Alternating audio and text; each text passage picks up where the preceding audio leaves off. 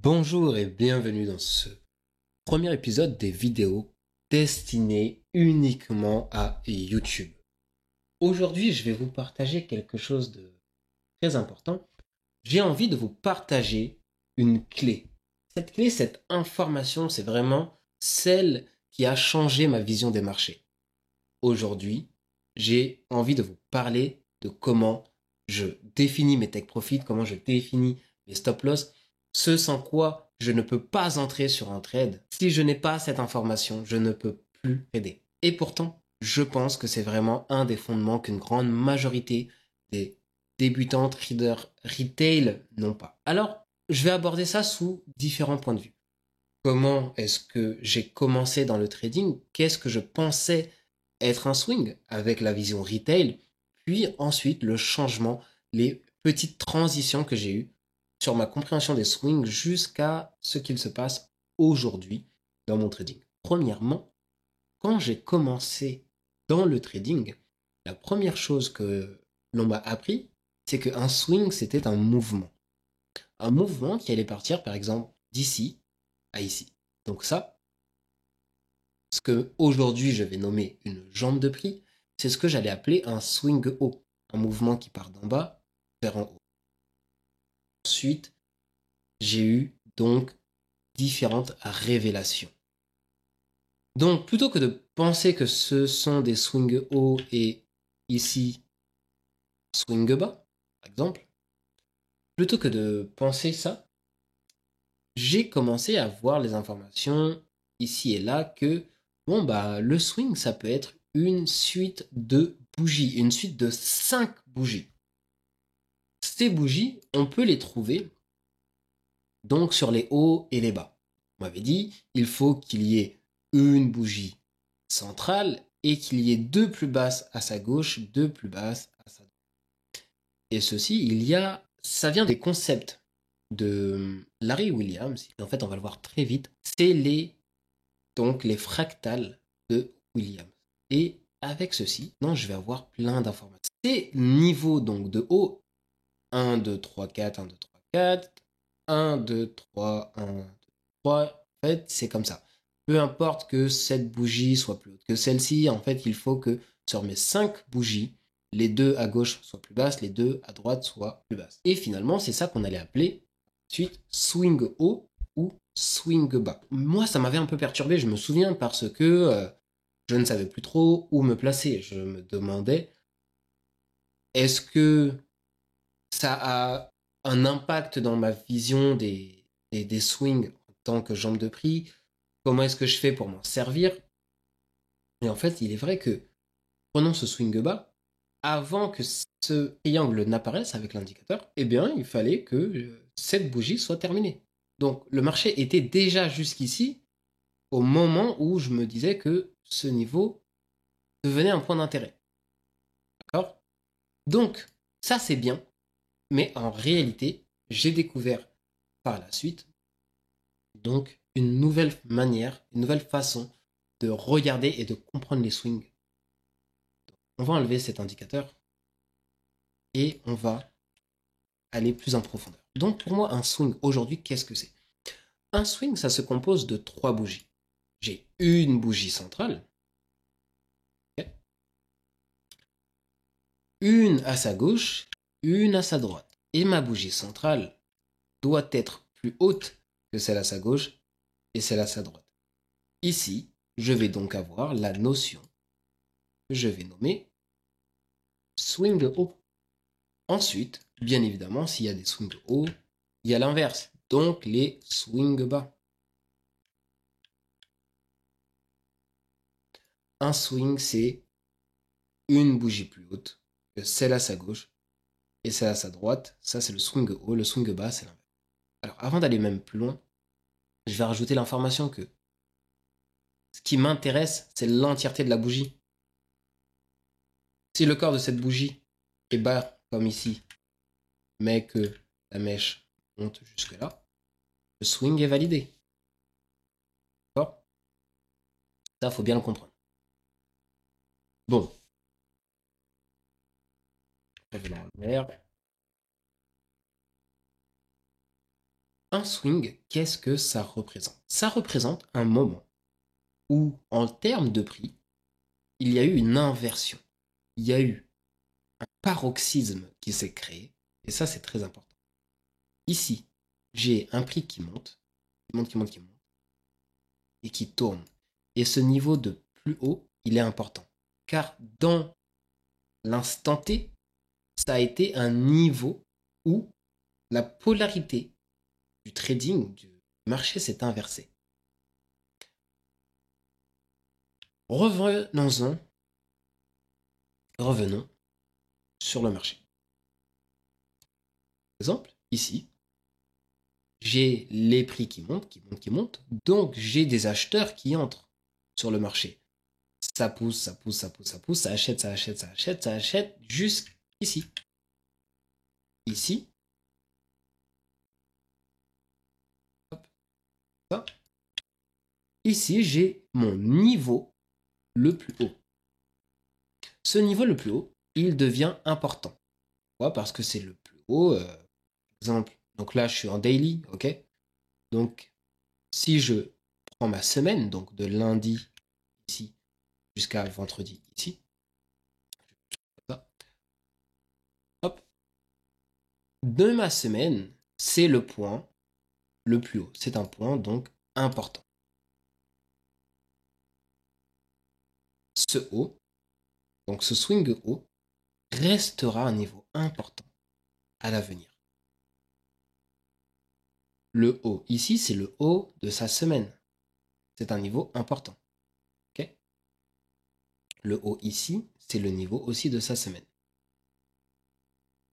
D'accord? J'espère que c'est clair. Bon, qu'est-ce que ça représente réellement que ce haut? Pourquoi est-ce que ça nous importe que ici, j'ai des hauts? Des acheteurs en fait. En fait, ce que j'ai en haut, il faut bien comprendre, c'est des acheteurs. Et ces acheteurs, ils vont servir au marché. Pourquoi? Parce que le marché a besoin de, s'il veut tomber, on veut vendre. Et pour vendre, on a besoin d'acheteurs. Donc, le fait que, ici, dans cette zone de prix, j'ai une concentration d'acheteurs qui se soit faite, qui ont acheté à un niveau, à un prix très fort, hein, parce qu'il faut bien comprendre que 1, 13, 105, c'est pas juste un numéro au hasard, c'est un prix, c'est un vrai prix. Okay, et ici, on peut lire c'est 1 euro et 13 centimes plus 105. Okay, donc, ce haut, j'ai tout un tas de personnes qui sont bloquées dans des positions acheteuses ici. Donc, qu'est-ce qu'on veut faire? On ne veut pas leur... Si j'entre à l'achat, ici, on a un petit outil. Ici, ça correspond au niveau où je vois le prix monter. Ici, ça correspond au niveau où je vois le prix descendre, par exemple. Et ce niveau, c'est mon niveau de perte. Je vais me dire, si le prix atteint un bas, comme ça, bon, bah, je sors de ma position. Ok? Ça veut dire que, par exemple, j'ai acheté un produit à 1,13 € et je le revends à 1,08 €. J'ai donc perdu de l'argent.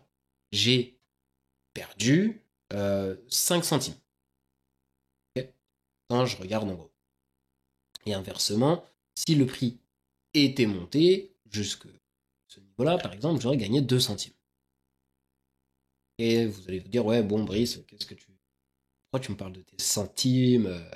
Ouais, non, ne vous inquiétez pas, il y a des moyens quand même de faire beaucoup d'argent. Faut pas réfléchir en centimes. Mais il faut bien comprendre ce que ça représente, bien évidemment. Donc, ici, j'ai tous mes acheteurs potentiels, okay, qui sont prêts à revendre leur acquisition de 1,13 €, soit plus haut, soit plus bas. Mais du coup, les gens qui voient le prix tomber, qu'est-ce qu'ils font? Ils vont se mettre à vendre. Certains vont se mettre à vendre. Ils aiment aller dans la tendance. Donc, ils vont prendre une position vendeuse. Et du coup, eux, la dynamique, c'est l'inverse. C'est j'achète par exemple à 1,10 €. Ok? Excusez-moi. Je vends un produit à 1,10 € et je vais le racheter. Donc, non, ils peuvent décider de le racheter ici, à 1,13 €. Mais si on prend un produit que l'on vend à 1,10 € et qu'on le rachète à 1,13 €, on a perdu de l'argent. Ok? Mais l'un dans l'autre, ici, j'ai des acheteurs. Ici, j'ai des acheteurs. Donc, si je reviens à mon exemple des swings, au-dessus d'un swing haut, j'ai des acheteurs. En dessous d'un swing bas, j'ai des vendeurs. Et en fait, le secret, il est là. C'est que pour pouvoir partir à la vente ou à l'achat, j'ai besoin de ces niveaux. Car ces niveaux sont des niveaux clés, ultra clés pour la direction des prix. Et donc, voici comment je me sers des swings. Les swings sont des points sur lesquels je décide de placer que ce soit mes stop loss ou mes TP, comme on peut le voir ici. Autre chose, je suis à l'achat. Pourquoi je suis à l'achat? Car en bas de cette structure de prix, eh bien, j'ai un swing bas qui a été récupéré. J'ai ensuite, selon mes connaissances, la volonté de partir à l'achat basée sur ce bas. Ensuite, voilà, je vais faire une projection. Pareil, je regarde une zone de prix qui va d'un swing haut à un swing bas. Ok. Ensuite, je vais laisser un petit peu. J'attends, je patiente. Et ici, au niveau du trait violet, je vais prendre une première sortie de position. Mais le trait violet, il faut voir qu'il correspond aussi à un swing haut.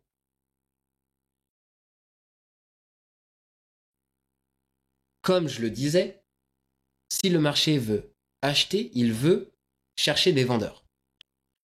Regardons cette montée. Cette montée survient après que, ici, 1, 2, 3, j'ai un swing bas. Hop. Je suis allé chercher donc les vendeurs qui étaient sous ce swing bas pour partir à l'achat. Et ça, c'est une notion qui est très importante. Ici, pour partir à la vente, je récupère les acheteurs qui étaient ici. Ah, vous voulez acheter? Bon, bah ok. Voici le produit, moi je vous le vends et je pars à la vente. Voilà pourquoi un swing, la compréhension du swing, c'est important. Chaque chose qui se passe sur le marché est liée de près ou de loin à la récupération d'un swing. Donc là, je vous montre ça, je suis sur ce qu'on appelle du daily, c'est-à-dire une journée égale une bougie égale une journée. Okay, on reparlera plus tard des bougies.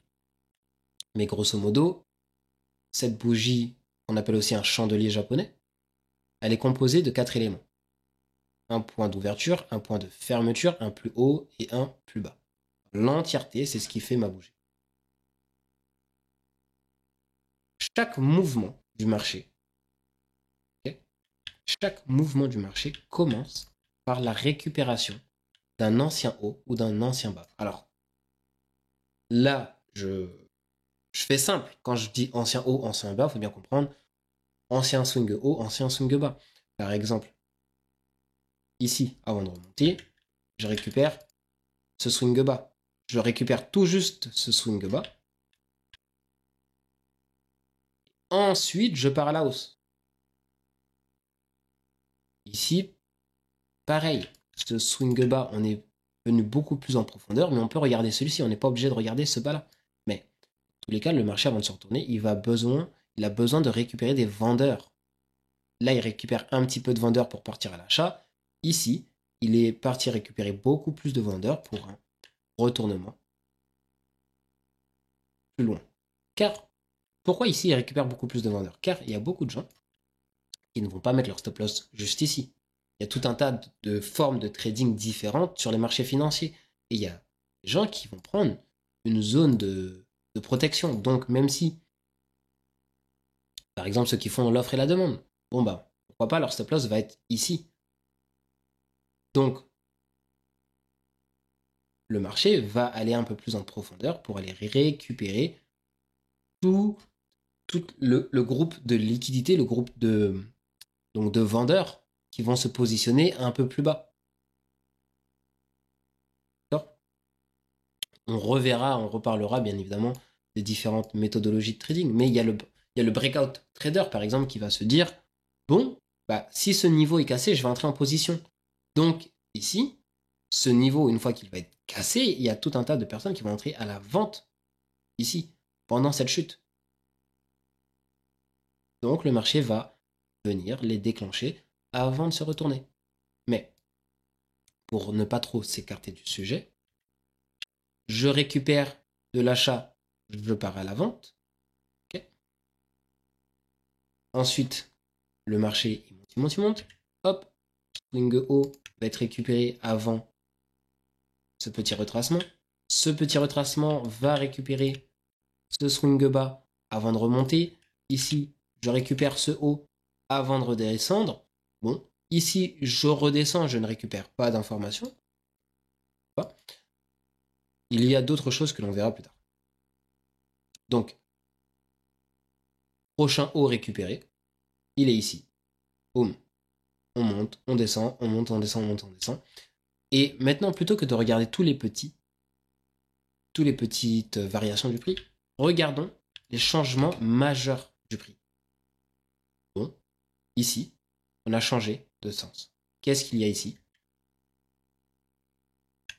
Swing haut. Swing haut, je peux aller jusqu'ici. Vous voyez, il y a une concentration de swing haut plus ou moins dans la même zone. Okay, ça a son importance. Je pars, je redescends jusqu'ici avant de remonter. D'accord? Boum. Ici, on ne va pas vraiment le récupérer. On revient au même point. Ça servira au marché plus tard. On se retourne, on va vers une autre liquidité importante. On se retourne, on va aller beaucoup plus bas. On va beaucoup plus bas. Hop, on va récupérer ce swing-là. On repart et ainsi de suite. D'accord? Donc là, je vous l'ai montré en daily. Je pourrais vous le montrer en weekly. Okay? Donc, weekly, c'est-à-dire une bougie égale une semaine. Bon, ici, le prix il monte au-dessus d'un swing haut. Ensuite, il va tomber jusqu'à aller récupérer. Ici, ça va être ce swing bas là. Mais on peut aussi tout simplement regarder celui-ci. Celui-là, on va le garder pour plus tard. Le prix va remonter. Boum. Et avant de se retourner, qu'est-ce qu'il va faire? Il va faire une petite chasse, une petite mèche là. Okay, c'est une semaine, mais on tape l'ancien swing haut. On récupère donc des acheteurs à plus long terme, vu que je suis en weekly, donc une semaine, une bougie égale une semaine, et ensuite on change de sens. Si je regarde en monthly, encore une fois, c'est pareil. C'est exactement pareil. Ici, je remonte. Qu'est-ce que je fais? Ici, je récupère ce bas, ce haut, excusez-moi. Ici, pareil, j'ai récupéré le haut avant de me retourner. Je tombe, je viens récupérer le bas. Ici, je remonte, je récupère un ancien haut. Je redescends avant de remonter, qu'est-ce que je fais? Je récupère des vendeurs pour acheter leur position vendeuse. Et en fait, c'est ça la dynamique du marché. Encore et encore et encore. Encore et encore. On peut le faire en 3 mois. 3 mois, c'est la même chose. Ici, j'avais un ancien haut. On est parti le récupérer. On est redescendu. On redescend ici, donc on n'a pas de bas, hein, pas dans cette unité temporelle, bien évidemment. Je tiens à préciser que, par exemple, quand je vois cette bougie noire, ici, un ancien bas. Okay, Donc en fait, ce que je veux dire, c'est des fois, ce que je montre tout de suite, c'est les différents time frames peuvent impacter les uns sur les autres. Vous allez peut-être pas le voir dans toutes les unités de temps, mais c'est pas grave. Ok. Donc ici, je redescends, j'entre dans le pool de liquidité. Donc quand je dis pool de liquidité, c'est un groupe de liquidité. Ok. Donc un groupe de vendeurs ou d'acheteurs. Donc j'entre dans le pool de liquidité vendeur pour partir à l'achat. Je pars à l'achat. Boum. Ici, j'ai un pool de liquidité acheteur. J'en avais un ici aussi, mais qui n'est pas récupéré. Pas grave. Peut-être que le marché reviendra plus tard, ultérieurement, dans quelques années, quelques décennies. Le marché n'est pas pressé. D'accord? Il faut juste comprendre que on monte pour descendre, on descend pour monter, sauf que on monte pour récupérer quoi? De la liquidité. On descend pour récupérer quoi? De la liquidité. Et honnêtement, c'est vraiment l'information qui a changé ma manière de voir les marchés. Pourquoi? Parce que avant, je peux aller au profil. Je peux essayer de retrouver les anciens screenshots. Hop. Depuis et maintenant. Et regardons. Par exemple, ici. Juin 2017. Ok? Bon. J'avais défini un point d'entrée ici. Ça a l'air de plus ou moins correspondre à ce swing, mais à l'époque, moi, je ne voyais pas les swings. À l'époque, quand je regardais les marchés, j'étais aveugle. J'étais omnibulé par ce genre de choses. Ce genre de choses. C'est-à-dire les indicateurs, les figures chartistes, les supports, les résistances que je mettais à foison. Bon, c'est pas un cours sur les figures chartistes. Un jour, j'en parlerai. Okay. Mais aujourd'hui, ce n'est pas du tout ce que j'ai envie de mettre en avant. Mais regardez, le stop loss ne correspond à rien. Le TP ne correspond à rien. Où est-ce que je m'arrête? Stop loss, pourquoi est-ce qu'il s'arrête ici? Pourquoi est-ce que si j'entre là, j'ai envie de sortir de position ici? Ça n'a aucun sens. Okay, ici, le TP, bon, correspond plus bas. Mais ici, à l'époque, je ne vois pas le swing. Je vois juste que c'est le plus bas de tout ce mouvement. De ce que je crois être un W. Et je me dis, naïvement, bon, bah, GBP-USD va retomber parce que comme il a fait un W et là, il est en train de faire un M, le prix va bien tomber. Il va bien finir par tomber. Ok? Et donc là, on est quand? GBP USD 30 juin 2017. À l'époque, c'est comme ça que je tradais. Bon, hop, si on peut retrouver à peu près la date, hein. Hop, GBP USD 30 juin 2017. Si, je vais remonter jusqu'en 2017.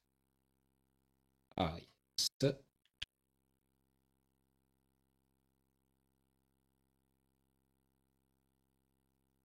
Hop. Allez, donc, 30 juin 2017. C'est où? Bon, ok. Donc, dire qu'on est à peu près ici, dans cette zone-là. Essayons de retourner voir l'idée que j'avais. Ok.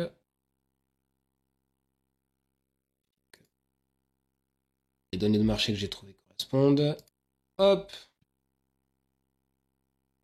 GBP USD. Ici, 30 juin 2017. À 20h. Et je devais être un GMT plus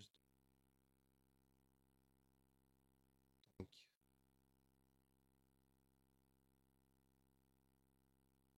Donc,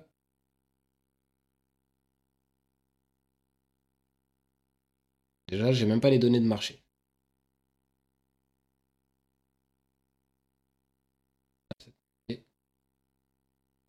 De toute façon, c'est simple. Juste à faire ça. Et voilà. C'est ici qu'on était. Donc, est-ce que j'avais eu de la chance? Alors, ici, on entre sous cet ancien bas. On va chercher un niveau... ok.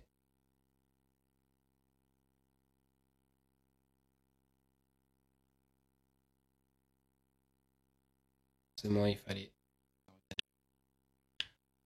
sur les données du jour. Hop.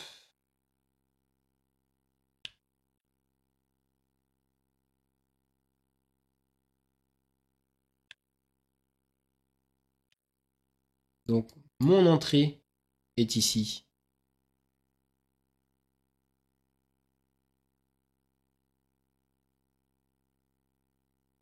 Top loss de 0,30. Un TP de 0,76. Essayer de se remettre dans le bain.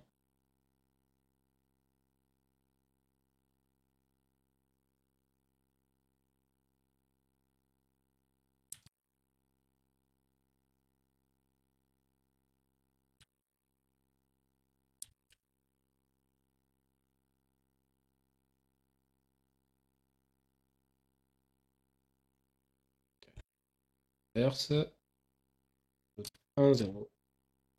Ça ressemble un peu plus à ça. Voilà. Donc, qu'est-ce qu'on voit? Qu'est-ce qu'on voit?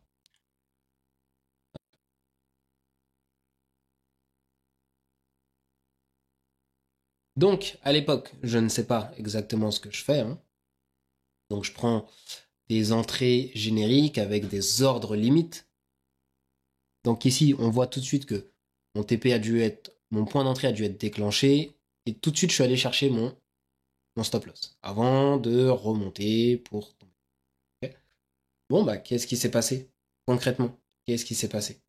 Mon TP aurait été certainement atteint. Ok. Mais je me serais fait stop loss si c'est pas ici, c'est ici. Pourquoi? Parce qu'il me manquait des informations. Il me manquait ces informations. C'est-à-dire que aujourd'hui, disons que je prenais le même point d'entrée, mon stop loss aurait été au minimum ici. Mon stop loss aurait été au minimum ici. Et malheureusement, ici par exemple, c'est le premier swing. D'accord? Aujourd'hui, je ne me ferai pas sortir. Hein.